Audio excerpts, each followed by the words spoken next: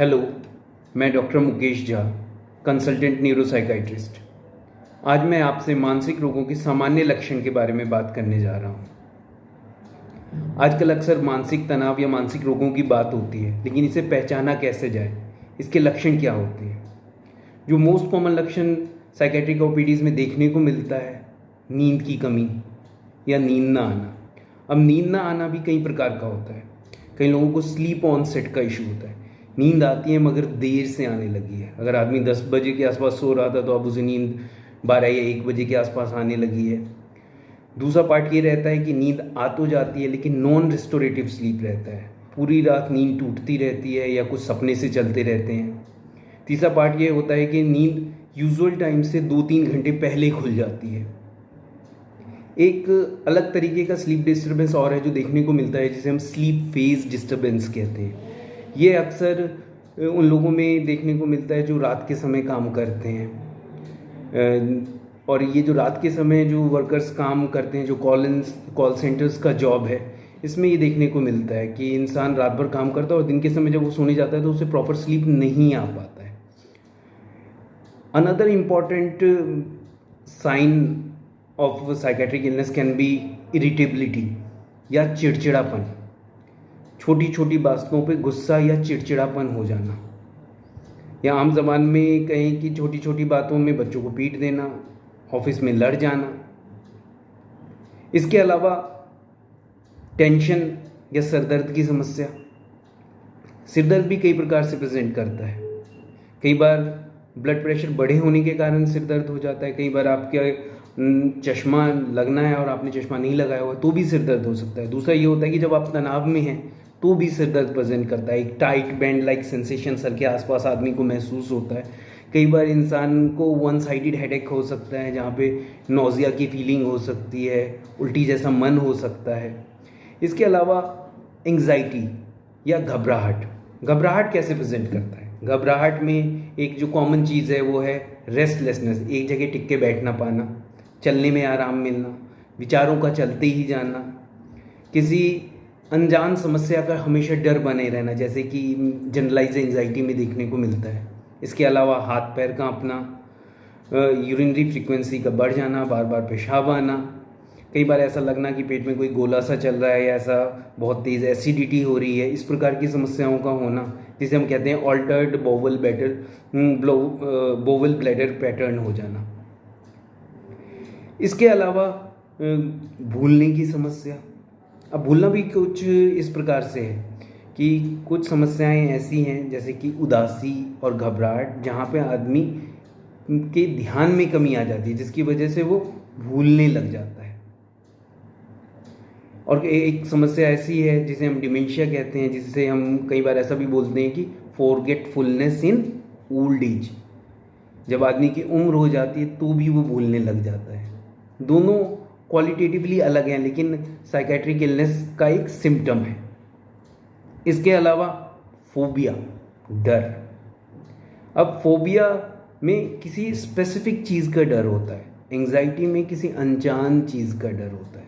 अगर हम common phobia की प्रेजेंटेशन कहें तो कुछ इस प्रकार होगी कि भीड़ भाड़ वाली जगहों से डर लगना, लिफ्ट में डर लगना, अकेले कहीं दूर ट्रैवल करने में डर लगना, जिसे हम एगोराफोबिया कहते हैं। पैनिक अटैक की समस्या, इंटेंस एपिसोड ऑफ एंग्जाइटी, बहुत तेज़ घबराहट हो जाती है जो 5 से 10 मिनट तक बढ़ती रहती है और फिर 15 से 30 मिनट के आसपास धीरे धीरे जाके सेटल हो जाती है। इंसान को ऐसा लगता है कि उसे सांस नहीं आ रही, उसे शायद कोई कार्डियक इशू हो गया है। वो अस्पताल जाता है, ईसीजी करवाता है, बाकी सारी जांचें नॉर्मल निकल के जाती हैं। तब इसके बारे में सोचा जाता है कि हाँ, इसे कोई कार्डियक इशू नहीं है, that is a panic attack. और पैनिक अटैक की जो समस्या है कई बार आदमी इग्नोर कर देता है, लेकिन ये जब बार बार होती है तो ये साइकेट्रिक अटेंशन में आती है। इसके अलावा एक चीज़ है जिसे हम कहते हैं हेल्यूसिनेशन, या जो चीज़ें नहीं हैं वो सुनाई देना, या जो चीज़ें नहीं हैं वो आवाज़ें सुनाई पड़ना। आवाज़ें सुनाई पड़ना भी कई प्रकार के होते हैं, जैसे कि इंसान को ऐसा लगता है कि 2-4 लोग उसके बारे में बात कर रहे हैं, लगातार उस पर कमेंट कर रहे हैं। इसके अलावा कुछ चीज़ें दिखाई देना, जिसे हम विजुअल हेल्यूसिनेशन भी कहते हैं। ये दोनों ही तरीके की दिक्कत साइकोसिस में देखने को मिल सकती हैं। इसके अलावा सस्पिशियसनेस, शक या वहम हो जाना, ऐसा लगता है लोगों को कि आसपास के लोग मिले हुए हैं, कोई साजिश चल रही है। और जब आप फैमिली से, फ्रेंड्स से, जो रिलेटिव्स हैं, जो इन्फॉर्मेंट्स हैं, उनसे जानकारी प्राप्त करते हैं तो कोई बहुत ही वैल्यूएबल जानकारी निकल के नहीं आती इस संदर्भ में। और कई बार पेशेंट इतना ज़्यादा भरोसा हो जाता है कि लोग मिले हुए हैं या उस पर कोई हमला होने वाला है, अटैक होने वाला है, कि वो पुलिस को भी कॉल कर देता है, कई बार मेल्स भी डालने लगता है। कई बार इंसान को ऐसा लगने लगता है कि उसे ट्रैक किया जा रहा है, उसका सिस्टम हैक किया जा रहा है, घर के आसपास कैमरे लगे हुए हैं जिससे उसे ट्रैक किया जा रहा है। ये सारी बातें कई बार प्रेजेंट करती हैं साइकेट्रिक ओपीडी में।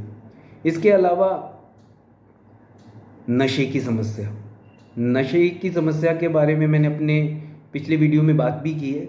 इसमें मैं फिर बताना चाहूँगा कि भांग, गांजा, अल्कोहल, ये सारे नशे दो प्रकार से हो सकते हैं। एक तो निगेटिव इफेक्ट के कारण, मैं बहुत उदास या घबराहट महसूस कर रहा हूँ और मैं नशा लेना शुरू कर देता हूँ कि शायद इससे मुझे आराम मिलेगा, I will get benefit from it. But long term में क्या होता है कि इन सभी नशों का ब्रेन पे डिप्रेसिंग इफेक्ट होता है और भांग या गांजा साइकोसिस कॉज करता है। तो दूसरी पार्ट ये है कि जब आदमी बहुत लंबे समय तक इन नशों को लेता है और छोड़ देता है, जब अचानक छोड़ता है 1-2 दिन के लिए, जैसे शराब का नशा 1-2 दिन के लिए छोड़ता है तो नींद नहीं आती, घबराहट, बेचैनी रहती है, दूसरे तीसरे दिन बेचैनी बढ़ जाती है। तो आदमी उस नशे के विड्रॉल इफेक्ट से बचने के लिए फिर से अल्कोहल ले लेता है। ये कुछ लक्षण हैं जिसके बारे में मैंने आपसे बात की है, और अगर इनमें से कुछ लक्षण कुछ समय के लिए प्रेजेंट करते हैं तो उसे सीरियसली देखने की आवश्यकता है, एक इवैल्यूएशन की आवश्यकता होती है। मानसिक तकलीफ़ों में लोग अक्सर नॉन साइकेट्रिक फिजिशियन से मिलते रहते हैं, मल्टीविटामिन्स खाते रहते हैं, लेकिन वो अपनी असल समस्या का कभी समाधान नहीं पा पाते हैं। So don't be afraid of seeking a help from psychiatrist. We are here to help you. I hope I have put some light, or I have shed some light on the common signs and symptoms of psychiatric illness. Thank you.